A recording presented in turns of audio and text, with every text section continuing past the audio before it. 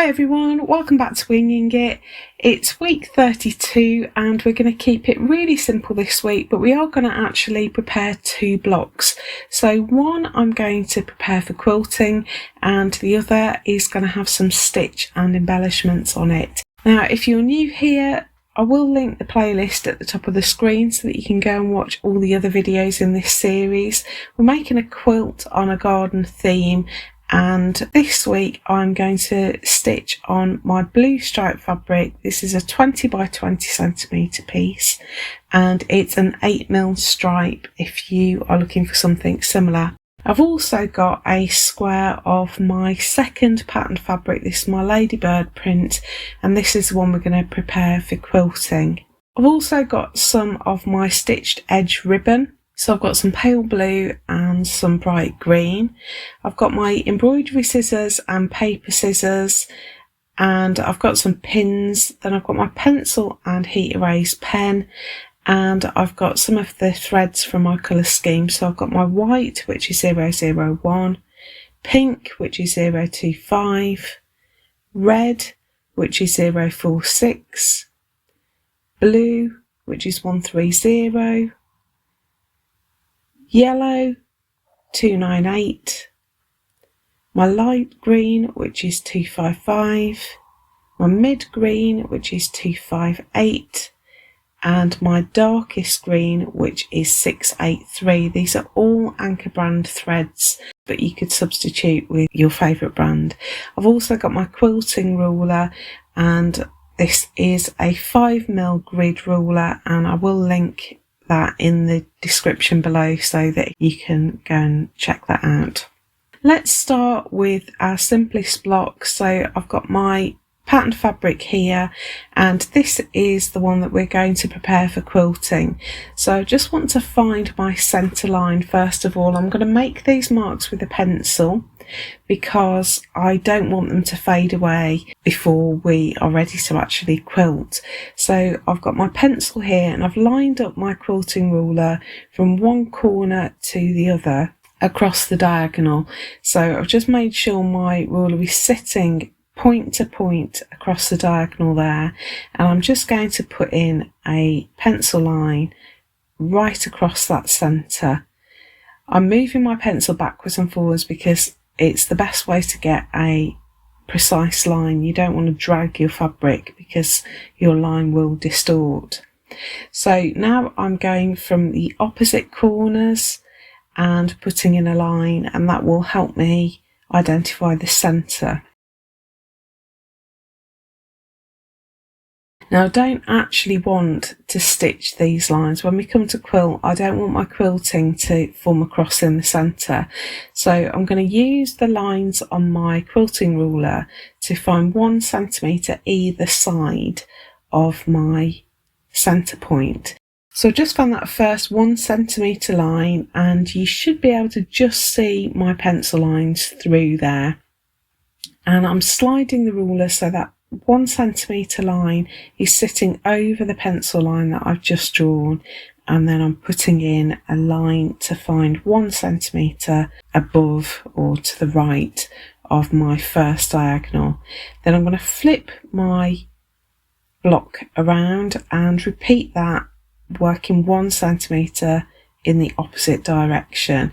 So I'm just marking in my starting lines 1 centimetre either side of that diagonal. Now we're not going to need that diagonal line that goes from corner to corner, so I'm going to just put some crosses along that line so that I remember I don't need to stitch along it. Now when we wash our quilt, once we've done all of our stitching, these lines will all wash away, so don't worry that you're marking your fabric at all with lines that you're not going to need. So starting from that 1 centimetre line that I've just put in, I now want to mark every 2 centimetres. So I've gone back to my 1 centimetre line, and these are 5mm squares on my ruler. So I want another 2 to find the 2 centimetre line, and just to double check, the 2 is marked on there. So I just need to make sure that 2 centimetre line is on top of my pencil line, and I can just put in my next grid line. I'm going to repeat that process right to the edge of the block, so finding the 2 centimetre line on my ruler, sitting that over the line I've just drawn, and then sketching in my next grid line. So I'm just going to mark in lines every 2 centimetres, working from 1 centimetre away from the diagonal centre point, and working every 2 centimetres then to the outside edge of the quilt. And so if I just bring that up close, you can see my grid lines are marked in there. I've got those centre lines which won't be stitched, and that's all I need to do for this one. We're not going to touch this again until our quilt is layered up and we're actually adding our quilting stitches. So we're just going to tuck that one away and save it for later in the process. So now I can turn my attention to my blue stripe fabric, and after the mistake I made last time we did a block like this, I'm actually going to mark the centre this time. So I'm going to find my 10 centimetre line that will help me identify my centre stripe, which is that white one right across the middle. And I've cut some strips of my stitched edge ribbon. I want 1 strip of blue and 2 of green, and we're going to sit that over that centre line. Now I haven't added loads of overlap, you don't need to waste your ribbon, just cut it long enough so that if it frays a little bit you aren't going to have your ribbon unravelling into your quilt block. So this is maybe 21 centimetres long, I've got ½ centimetre at each side, and I'm just going to pin that in place over that centre line. So I've started pinning at the centre, and then I'm working out left and right to make sure that's flat.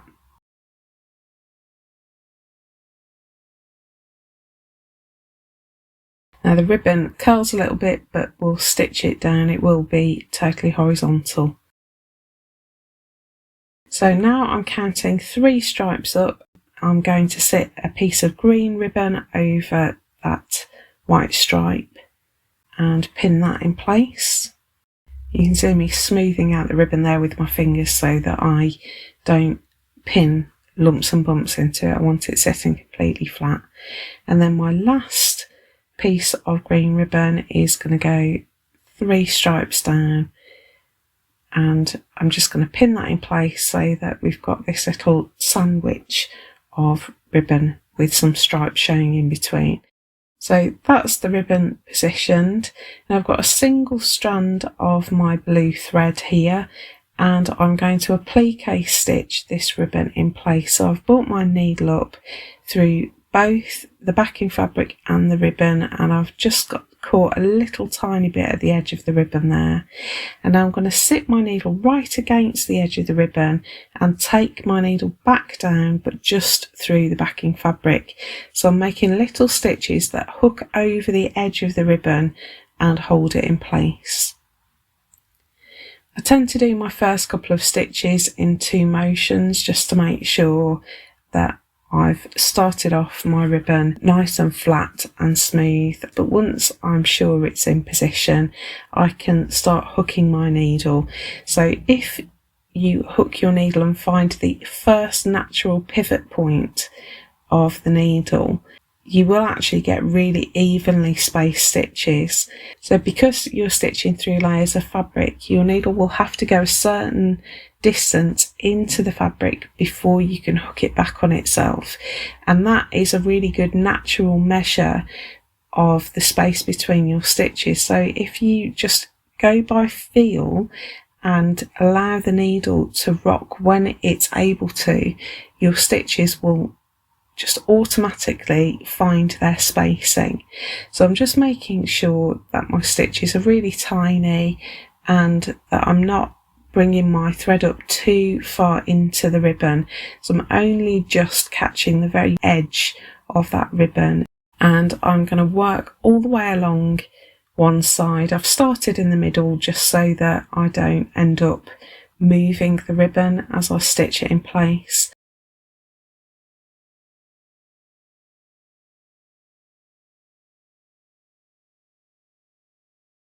When I get to the end of that one side, I can just hop across on the back to the other side of the ribbon and work back in the opposite direction. So I'm going to just applique stitch along both sides of each ribbon just to make sure it's really secure and fixed in place. So I'm going to do that, and then we'll come back and add some embroidery.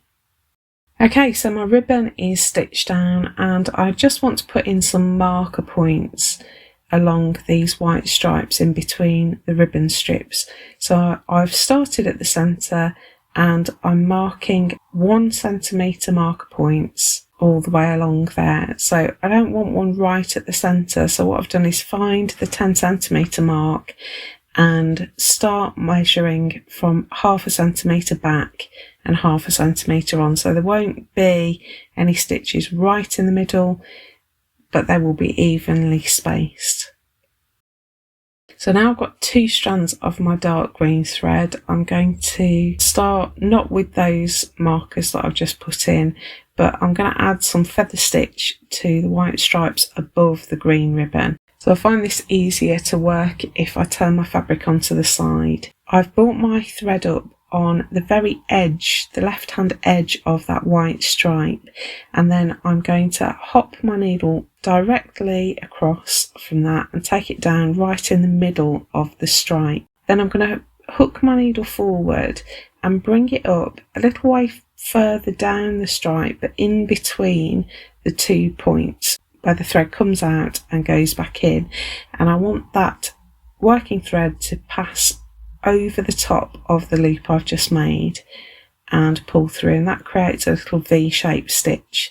So now I'm going to take my needle back down on the right hand side of the line. That puts 2 little V's that are interlocked. So now I do the same again but work back to the left, and then I can work back to the right, taking my needle down, hooking it down and up inside the loop.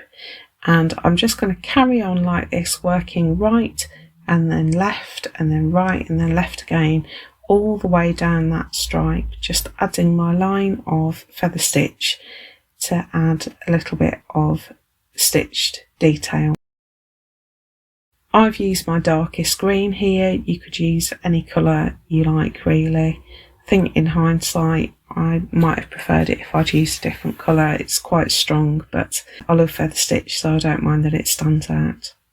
Now you can see that I'm running out of thread here, so if you do run out of thread, we're just going to finish our stitch by hopping over that loop that we've just made and putting a little anchor stitch in to hold that in place.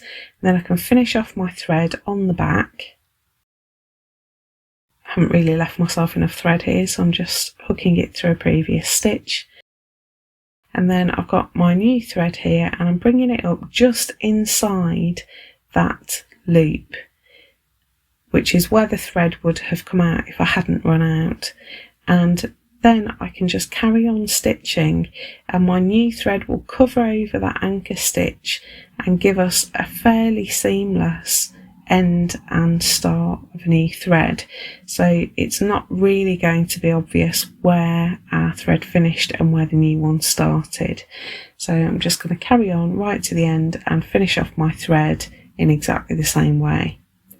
And then I'm just going to go to the other side of my ribbon and add another line of feather stitch going in the opposite direction. That's my feather stitching, and we're going to make some faux tulip stitch here. So we're going to use 2 different colours of thread. So the first thing I'm going to do is put a little detached fly stitch at each marker point that I've put on that stripe. So I've got 2 strands of my light green here. I did think in the end this was too light. I think my colour judgment was a bit off today, but I do put it right a bit later. But to make a detached fly stitch, we do it in a similar way to feather stitch. I'm going to bring my needle up to the left of my marker, take it back down to the right of my marker, and then bring my needle up on the bottom edge of the line in between those 2 points, and I'm going to make sure that the loop that I've made passes underneath that working thread. Then I hop over that V shape that I've just made and put in a little anchor stitch. So I'm going to put a little detached fly stitch at each marker point all the way along the line. Try and make sure your stitches are evenly spaced and even sizes. If it helps, you could always use the full width of the stripe, bringing your needle up on the top edge of the stripe and down on the bottom edge, and that's my little fly stitches in place. So now we're going to put a chain stitch in as well. So I'm going to bring my needle up at the bottom of that V, loop my thread around, bring it out on the top of that white stripe, making sure my needle is coming up inside the loop that I've made. Then I hop over that loop with my needle and put in a little anchor stitch. So this is exactly the same as a detached fly stitch. The only difference is that my needle comes out and goes back in at the same point rather than a distance apart. And I just put in a little anchor stitch over the top of that loop to make sure it stays in place. So bring my thread up at the bottom of the V, take it back down at the same point, bring my needle up at the top of the white stripe inside that loop that I've made, and then hop over the loop to anchor that stitch in place. And I'm just going to work all the way along in exactly the same way.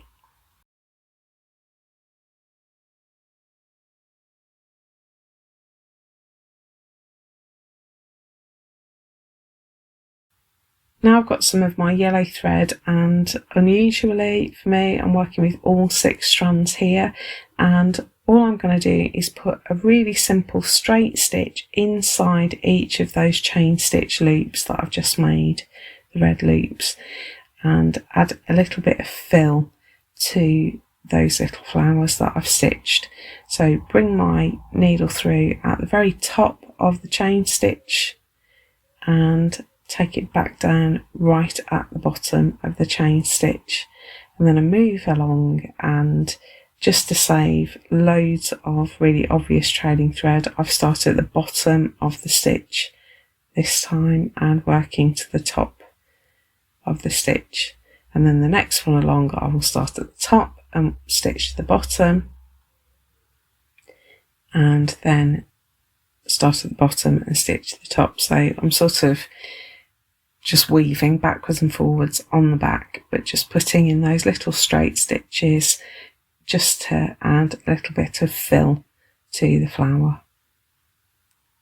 So as I was stitching this, I was feeling more and more strongly that my green was not strong enough. So I've got a single strand of my mid green here, and I'm just going along adding another strand of a slightly darker colour to the leaves, and I'm doing that by just sliding my needle through the anchor stitches for each of my detached fly stitches. So I'm not adding another detached fly stitch, I'm just using the anchor stitches that are already there just to add a little bit of darker green. So now I'm pressing my work from the back, and that's it. So if you wanted to, you could add some more stitch embellishment to your ribbon like we've done in previous videos. I'm just trimming back the excess ribbon just to tidy up the edge there, and that's really all there is to it. So a bit of a breather this week, a really simple block that you can pull together very quickly. And we've also set up one of our patterned blocks for the quilting process that we'll do later on in the year. Although it's really simple, I actually love this block. I think it's really happy, really gentle, and it's going to give us one of our spaces for our eye to just rest as we're looking over our quilt. So I hope you've enjoyed that really simple block. If you have enjoyed this video, please do give it a thumbs up. We really appreciate it, and it helps us more than you can imagine. Do share your versions of our ribbon stripes block at hashtag FSH23quilt. I love to see your versions, so that makes it really easy. If you have enjoyed this or want a similar project, I will link some videos over here. And if you would like to subscribe and join our little community, just click our logo down here. It makes it really easy for you. Thanks so much for watching. Have a great week stitching your ribbon stripes, and I will see you in the next video. Bye!